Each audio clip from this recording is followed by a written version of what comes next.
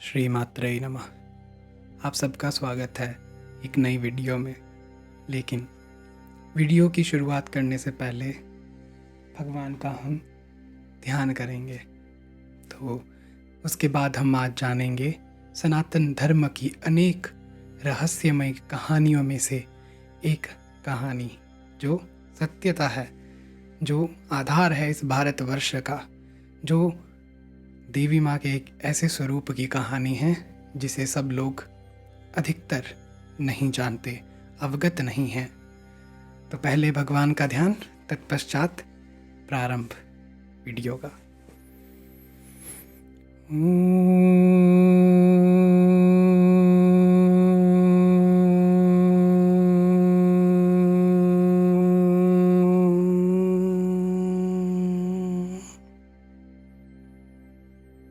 शान्ताकारं भुजगशयनं पद्मनाभं सुरेशं विश्वाधारं गगनसदृशं मेघवर्णं शुभांगं लक्ष्मीकान्तं कमलनयनं योगिहृद्यानगम्यं वन्दे विष्णुं भवभयहरं सर्वलोकैकनाथम्। नारायणी नमोस्तुते। हमने भगवान का ध्यान किया जो पुरुषोत्तम हैं, नारायण हैं। इनका ध्यान इसलिए भी किया क्योंकि कहानी में ये भी आएंगे।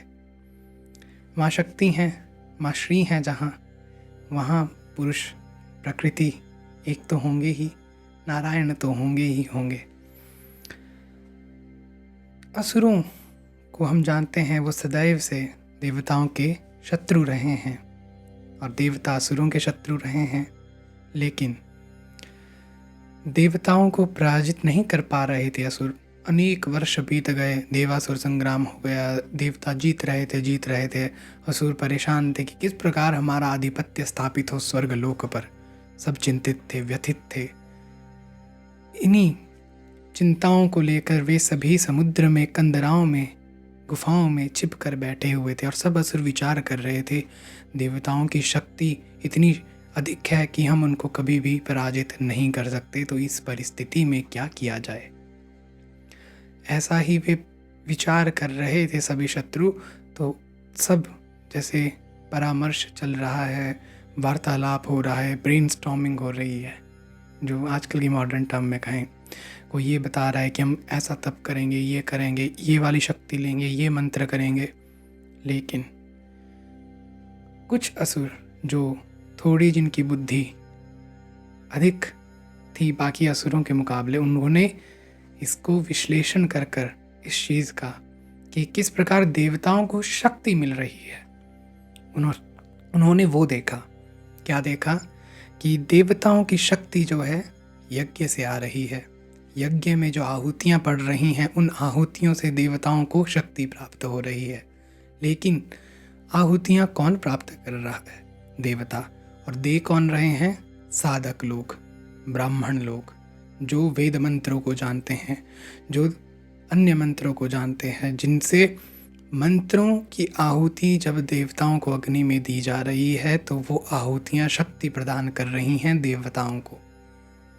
और बिना वाग देवी की कृपा के कोई भी मंत्र फलित हो ही नहीं सकता। वही जिह्वा पर विराजमान होकर हर मंत्र को जागृत करती हैं।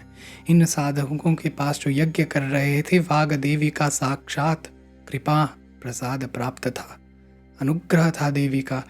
जो भी मंत्र वो बोलते वो देवताओं तक उसकी शक्ति प्राप्त होती। तो असुरों ने ये समाधान निकाला कि जब तक देवताओं को वेद मंत्रों की आहुति मिल रही है तब तक हम उन्हें हरा नहीं सकते, और जब तक वाग देवी का अनुग्रह इन पर है तब तक हम ब्राह्मणों को रोक नहीं सकते, इनके मंत्र विफल नहीं होंगे। तो क्या किया जाए? वहीं पर दो असुर बैठे हुए थे, हयग्रीव और सोमक। ये दो असुर उसी असुरों की सभा में बैठे हुए थे और वो सोचने लगे कि यदि हमने वाग देवी को प्रसन्न कर लिया तो हमें भी वाग देवी का आशीर्वाद प्राप्त होगा और हमें भी मंत्र शक्ति प्राप्त होगी। फिर क्या था? घोर तप करने के लिए सोमक और हयग्रीव चले गए। घोर तप किया उन्होंने वाग देवी को प्रसन्न करने के लिए। तो वाग देवी प्रसन्न हुई और कहा, मैं बहुत प्रसन्न हूँ तुम्हारी तपस्या से, मांगो मुझसे क्या वर मांगना चाहते हो। वाग देवी जो वाणी की देवी हैं, विद्या की देवी हैं, जो सरस्वती हैं, तो वाग देवी से असुरों ने कहा कि हे वाग देवी, अमर कर दीजिए हमें, और अमर तो कोई हो नहीं सकता। तो असुरों ने वरदान मांगा कि हम अपने शत्रु की जिह्वा पर चल रहे मंत्र को अपनी ओर आकर्षित कर लें, ऐसा हमें वरदान दीजिए। अर्थात हम जिसके सामने जाएं उसके पास जो विद्या है, जो मंत्र है, जो शक्ति है, वो मंत्र हमारे पास आ जाए, वो शक्ति हमारे पास आ जाए। फिर क्या था, वाग्देवी ने तो वरदान दे दिया, माँ तो भूली हैं, प्रसन्न थी। अब उन्हीं दो असुरों ने ब्राह्मणों के पास जाकर, साधकों के पास जाकर अपने वरदान का प्रयोग किया, और जो वाग्देवी अक्षर स्वरूप में, मंत्र रूप में साधकों की जिह्वा पर, ब्राह्मणों की जिह्वा पर विराजमान थी, वो उनकी जिह्वा से बाहर आ गई। अर्थात उनका ज्ञान उनके भीतर से बाहर आ गया और वे इकट्ठा होकर वाग्देवी का, सरस्वती का रूप ले लिया। फिर उन्हीं दैत्यों ने उन वाग्देवी को बंधन में बांधा, क्योंकि उनके पास था कि वो किसी के भी शब्द को आकर्षित कर सकते हैं, और शब्द को आकर्षित करने का अर्थ है साक्षात देवी को आकर्षित करना। उन्होंने देवी को बंधन में बांधा और अपने साथ पाताल लोक में ले गए। पाताल लोक में ले जाने के बाद एक कुएं के भीतर उन्होंने वाग्देवी को विषैले विष के भीतर नाग पाशों में बांध कर माँ को वहाँ पे बांधा और उसे पत्थरों से ढक दिया, उस कुएं को। लेकिन क्या कभी पराशक्ति को कोई बांध सकता है? क्या आद्याशक्ति वाग्देवी को कोई बांध सकता है? कदापि नहीं। फिर क्या था, देवता तो पराजित हो गए, स्वर्ग में उनका आधिपत्य तो हो ही गया, लेकिन विष्णु के डर से अभी तक असुरगण पाताल में ही रह रहे थे। बेशक उनका स्वर्गलोक पर आधिपत्य था, उन्होंने देवताओं को वहाँ से निकाल दिया।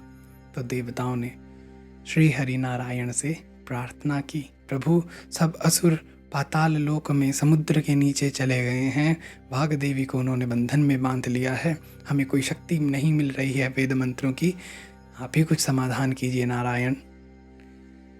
फिर क्या था, जब नारायण का आवाहन किया तो नारायण को तो आना ही था। भगवान नारायण कहे, मैं इस समस्या का अवश्य ही हल करूँगा। बोलो लक्ष्मी नारायण भगवान की जय। श्री हरि भगवान अब जो है मत्स्य का रूप लेते हैं, मछली का। मत्स्य रूप में 4 भुजाधारी भगवान जो हैं चल पड़ते हैं समुद्र के अंदर, मंथन करते हैं उस समुद्र का, देखते हैं कहाँ पर वाग्देवी को बांध के रखा है। और जैसे ही नारायण को माँ का पता चलता है कि माँ इस कंदराम, इस गुफा के अंदर कुएं के भीतर बांध के रखी हैं, तो तुरंत गरुड़ पर सवार जो भगवान नारायण हैं, वो मत्स्य रूप, गरुड़धारी भगवान मत्स्य रूप में जाकर माँ देवी को वहाँ से बाहर निकालते हैं। लेकिन जब बाहर निकाल के लाते हैं माँ को समुद्र से, तो भगवान अपने चतुर्भुज रूप में आते हैं गरुड़ पर सवार होकर। गरुड़ भगवान के दर्शन मात्र से वाग्देवी को जो विष का पाश था, विष का जो कुएं के अंदर जो नागपाश में बांधा गया था, वो सब हट गया। क्योंकि भगवान गरुड़ का स्वभाव ही है, वो तो सर्पों के परम शत्रु रहे हैं हमेशा से ही, तो उनके दर्शन मात्र से वो विष जो है हट गया और नागपाश टूट गया। यही गरुड़ भगवान, भगवान रामचंद्र की भी सहायता करते हैं रावण के युद्ध में, जब वो नागपाश में बांधे जाते हैं। तो भगवान गरुड़ की इस कृपा से उनका नागपाश का बंधन टूट गया। लेकिन अब जो है माँ विष के अंदर रही हैं। आप देखिए, भगवान शिव का जो विशुद्धि चक्र है, हलाहल विष के कारण उसको हम नीले रंग का, यानी धूमिल रंग का दिखाते हैं। नीलकंठ भगवान को कहा जाता है नीलकंठ, क्योंकि विष जो है वहाँ पे विराजमान है। अब माँ वाग्देवी तो स्वयं उसके भीतर रही हैं विष के अंदर, उनका पूरा देह ही विष की वजह से नीला पड़ गया और माँ बहुत परेशान हो गई। माँ परेशान हुई क्योंकि माँ दिखा रही हैं, क्या दिखा रही हैं? माँ को क्या कोई अपने वर्ण भेद का कोई वो है? मोह है क्या माँ को? नहीं, माँ संसार के लिए एक लीला मात्र कर रही हैं, जिससे साधक और जीवन में एक हम मनुष्यों के जीवन में हमारे लिए एक सीख मिले, एक संदेश मिले। तो माँ कहती हैं, हे नारायण, मैं शुक्ल वर्ण की हूँ, सरस्वती का वर्ण शुक्ल है, और ये मैं कैसे श्याम वर्ण की हो गई हूँ, नील वर्ण की, मैं कैसे अपने भक्तों के सामने जाऊंगी ऐसे, कैसे? तो नारायण कहते हैं, हे देवी, समस्त ब्रह्मांड ही श्याम वर्ण का है, गगन मंडल मेघ भी श्याम वर्ण के हैं, नीले वर्ण के हैं, और मैं स्वयं श्याम वर्ण का हूँ, नील वर्ण का हूँ, तो आपको क्या चिंता है देवी? तो भगवान ने माँ को समझाया। इसका अर्थ क्या है? यदि जो आज के समय में रेसिस्ट लोग हैं, सिर्फ एक रेस की वजह से, कलर की वजह से डिफ्रेंशिएट करते हैं लोगों में, वो नहीं करना चाहिए। सामने वाला व्यक्ति को बुरा लग रहा है, लेकिन उस समय हम कहें, why to worry about these things, we accept you as is, that's more than enough. Even you don't have to say that we accept you, it is nothing like accepting, that's very natural, right? तो माँ वाग देवी को वो नील वर्ण प्राप्त हो, लेकिन अभी भी माँ के अंदर चैतन्यता नहीं आई, अर्थात माँ का जो स्वरूप है, मंत्रमय स्वरूप, वो भी चैतन्य नहीं हुआ। तो उसको चैतन्य करने के लिए भगवान नारायण ने अनेक प्रयोग किए बीज मंत्रों के। पहले उन्होंने 3 बीज मंत्र जो माँ के हैं, उनसे माँ को पुनः चेतना देने की कोशिश की, लेकिन नहीं हुआ। बाद में जाकर एक और मंत्र भगवान नारायण ने आवाहन किया, मंत्र का उच्चारण किया, जिससे तुरंत वाग देवी को चेतना प्राप्त हुई, और पुनः वो देवी जो है सब ब्राह्मणों की, साधकों की जिह्वा पर विराजमान होकर वेद मंत्रों को शक्ति प्रदान करने लगी। और नारायण ने कहा, हे देवी, आज से आप नील सरस्वती के नाम से प्रसिद्ध होंगी, क्योंकि माँ पाताल में रही, असुरों के बीच में रही, उनकी जो पूजा है वो असुरों ने की सबसे पहले, और कहीं ना कहीं रात्रि में हुई, और माँ का जो विष का भी प्रयोग हुआ, और ये सब औषधीय ज्ञान जो है, और जो ये स्वरूप था, और बीज मंत्र के द्वारा माँ को चेतना प्राप्त हुई, तो ये विधान एक तांत्रिक विधान बन गया, जिसके कारण माँ को तांत्रिक सरस्वती भी कहा गया, नील सरस्वती को ही। और यही देवी नील सरस्वती माँ तारा का रूप है, जो दूसरी महाविद्या हैं। तो इसका वर्णन जो है हमें इस कथा का बृहद नील तंत्र में प्राप्त होता है।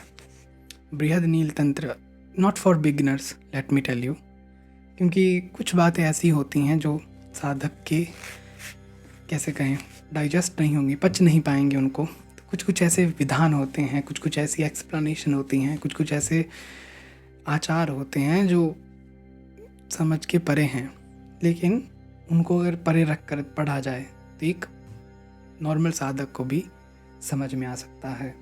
तो इन्हीं वाग देवी का फिर आगे चलकर हमें मातृका, अगर आप देखेंगे थंबनेल इस वीडियो का, तो हमारे पास हमने मातृकाएँ लिखी हैं संस्कृत की, आ ई उ, आ ई उ उ, ए ओ ओ, जो मातृका हैं, और क ना, तो वो मातृका देवी माँ स्वयं है। तो जब आप अगर विधान में जाएंगे मंत्र साधना के, तो मातृका न्यास होता है, और मातृका न्यास की विधि जो है कर सकते हैं साधक प्रतिदिन। उनको ये बुक है एशियन साइंस ऑफ मंत्रास, इसमें न्यास का एक पार्ट है, पूरा चैप्टर है, जिसमें मातृका न्यास भी हमें प्राप्त होता है। तो एक साधक मातृका न्यास भी कर सकते हैं प्रतिदिन, और वाग देवी का जो है जाप कर सकते हैं। तो ये कहानी थी माँ नील सरस्वती की, जो अधिक लोगों को पता ही नहीं थी, किस प्रकार मत्स्य भगवान जाते हैं, माँ को मुक्त करते हैं नागपाश से। गरुड़ भगवान के दर्शन मात्र से नागों का पाश टूट जाता है, और माँ का वर्ण नीला हो जाता है। माँ परेशान होती हैं, मैं तो कैसे जाऊँगी अपने भक्तों के सामने, लेकिन माँ को नील सरस्वती के नाम से सब जानते हैं, और वही तांत्रिक सरस्वती बनती हैं। तो ये दिव्य कहानी थी माँ की। यही देवी सबकी जिह्वा पर विराजमान हो, और जब हम कह रहे हैं माँ जिह्वा पे विराजमान हैं, तो अर्थात हमें अपनी वाणी को भी निर्मल रखना चाहिए। जहाँ तक हम प्रयास करते रहना चाहिए कि हमारे शब्दों जो मिथ्या ना हो, और देवी माँ की जो स्वरूप है हमारी जिह्वा पर, वो हमेशा विराजमान रहे।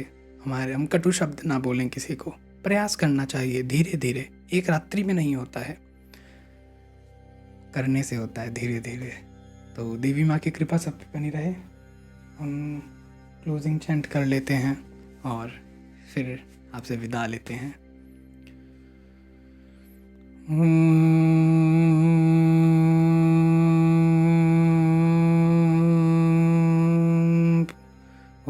पूर्णमदः पूर्णमिदं पूर्णात् पूर्णमुदच्यते पूर्णस्य पूर्णमादाय पूर्णमेवावशिष्यते। हरि ओम तत्सत्, हरि ओम तत्सत्, हरि ओम तत्सत्।